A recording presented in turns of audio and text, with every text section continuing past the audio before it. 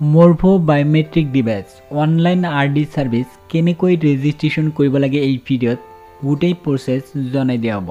সকলো এটি চিনি পায়। বেংকৰ CSCত গলে এই Morpho ডিভাইস ব্যৱহাৰ কৰে বা CSCত ব্যৱহাৰ কৰে।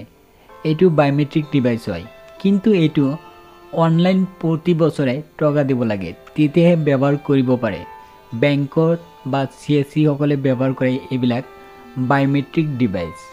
Morpho আটাইতকৈ ভাল ডিভাইস বায়োমেট্ৰিকৰ ভিতৰত। এইটো বহুত ভাল ডিভাইস। ইয়াতে চাইলক প্ৰথম আমাৰ কাম কৰিব লাগিব RD সাৰ্ভিস এক্টিভ কৰিব লাগিব, মানে বছৰি আমাক পইচা দিব লাগে। ইয়াতে চাইলক এই ওয়েবসাইটত ভিজিট হ'ব লাগিব। এই ওয়েবসাইটৰ লিংক ভিডিও ডেসক্ৰিপশনত দিয়া থাকিব। ইয়াতে চাইলক এই পেজৰ তলত লিখা আছে, কি লিখা আছে দেখাই আছো আপোনালোকক। তলত লিখা থাকিব বাই RD সার্ভিস।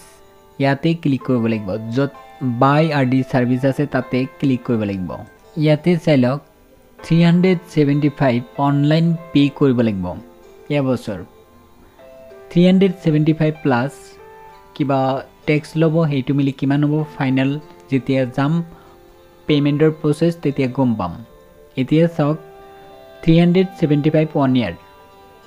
তাৰ পিছত চাইলক ইয়াতে ডিভাইসৰ সিৰিয়াল নম্বৰ বিচাৰিছে।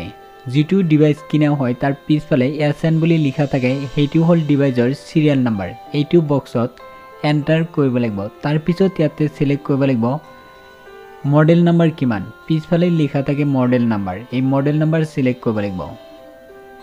এতিয়া মোৰ আছে এইটো 1300 E3 আছে, এইটো মই 3 নম্বৰটো সিলেক্ট কৰিম। তাৰ পিছত সিৰিয়াল নম্বৰটো এন্টাৰ কৰিম। ইয়াতে চাইলক মডেল নম্বৰ সিলেক্ট কৰিছো। তাৰ পিছত ইয়াতে device serial number is valid বুলি হৈছে, মানে ভ্যালিড হৈ গৈছে। এতিয়া ইয়াত টু কাৰ্ড ক্লিক কৰিম। যেতিয়া ইয়াত টু কাৰ্ড ক্লিক কৰিছো তাৰ পিছত ভিউ কাৰ্ড অপশন আহিছে। এতিয়া ভিউ কাৰ্ডত ক্লিক কৰিব লাগিব। ভিউ কাৰ্ড ক্লিক কৰাৰ পিছত এনে ধৰণৰ পেজ আহিছে। ইয়াতে লিখা আছে চেক আউট। ইয়াতে এতিয়া ক্লিক কৰিব লাগিব।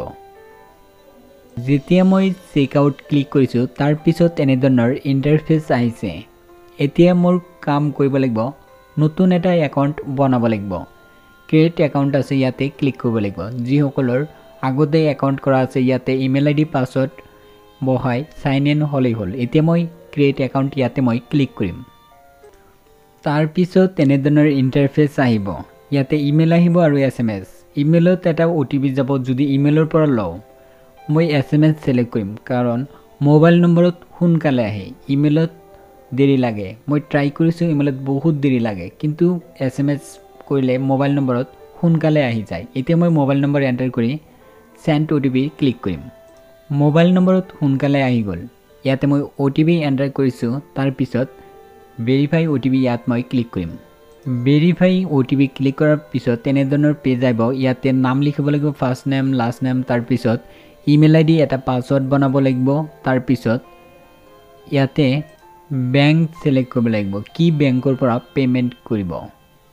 মই এটা বেংক সিলেক্ট কৰিছো, ইউকো বেংক সিলেক্ট কৰিছো, কিন্তু UPI ভীম পেটিএম এইবিলাকৰ হৈতে পেমেন্ট কৰিব পাৰিম।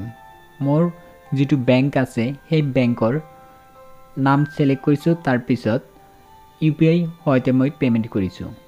ইয়াতে চাইলক UCO বেংক বুলি, মানে ইউকো বেংক সিলেক্ট কৰিছো। তাৰ পিছত ইয়াতে একো লিখিব নালাগে, এনেকৈ ব্ল্যাঙ্ক এৰিব পাৰো। তাৰ পিছত ইয়াতে টিক মাৰ্ক দিব লাগিব। তাৰ পিছত ক্ৰিয়েট কৰিব লাগিব।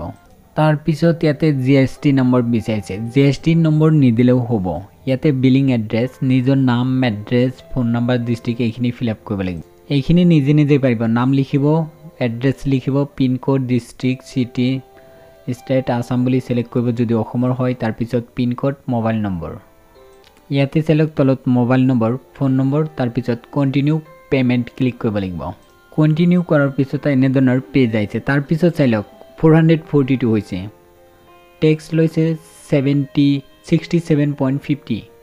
ইয়াতে টোটাল 442.50 পেমেন্ট কৰিব লাগিব। এতিয়া কমপ্লিট অৰ্ডাৰ ইয়াতে ক্লিক কৰিব লাগিব। তাৰ পিছত এনে ধৰণৰ ইন্টাৰফেস আহিছে। ইয়াতে চাইলক net banking, wallet, Paytm, UPI, Google Pay হোৱাতে পেমেন্ট কৰিব পাৰিব।